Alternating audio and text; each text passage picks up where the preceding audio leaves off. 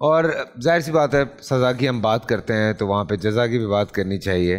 جب ہم بات کرتے ہیں بدگمانی کی, تجسس کی, تو اس میں آٹومیٹکلی چیزیں جو ہیں وہ نیگیٹو سائڈ پہ جاری ہوتی ہیں. لیکن جب ہم پردہ پوشی کرتے ہیں مفتی صاحب, جب ہم جاتے ہیں کہ آپ کو کوئی بات کسی کے بارے میں پتہ چلی, کوئی بے شک غلط بات ہی پتہ چلی, اور آپ اس پہ پردہ پوشی کر لیتے ہیں, تو اس کے انعامات کیا ہیں؟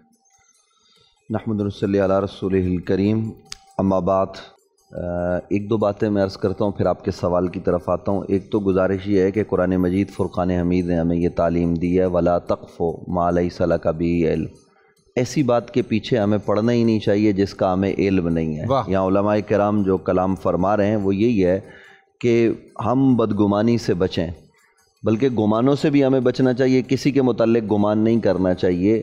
یہاں تو یہ ہوتا ہے کہ ہم اگر ٹی وی پر بیٹھ کر کسی کے آنکھوں میں خوف خدا سے آنسو آ جاتے ہیں تو بعض لوگ کہتے ہیں کہ یہ ایکٹنگ کر رہے ہیں.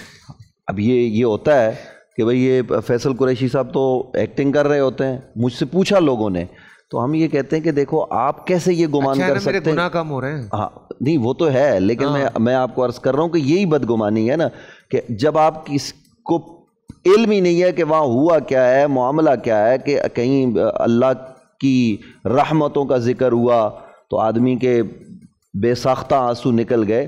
تو ان بدگمانیوں سے بھی قوم کو بچنا چاہیے. اصل میں ہمارے پاس کوئی اور کام رہ نہیں گیا. ہم دوسروں کو کے عیب تلاش کرتے ہیں, دوسروں کے عیبوں پر ہماری نظر ہوتی ہے. وہ میں آپ کے سوال کی طرف آ رہا ہوں اسی تناظر میں. تو پھر ہمیں اپنے عیب جو ہے نا وہ نظر آنا جو ہے نا وہ ختم ہو جاتے ہیں, اپنے عیبوں پر نظر نہیں رہتی. تو ہمیں اگر ہم اپنے عیبوں پر نظر رکھیں تو پھر ہماری نگاہ میں کوئی دوسرا برا نہیں رہے گا. پھر ہم اپنے اوپر ہی نگاہ ڈالیں گے کہ میں کہاں کھڑا ہوں, میں کس جگہ پر ہوں, کیا معاملہ ہے.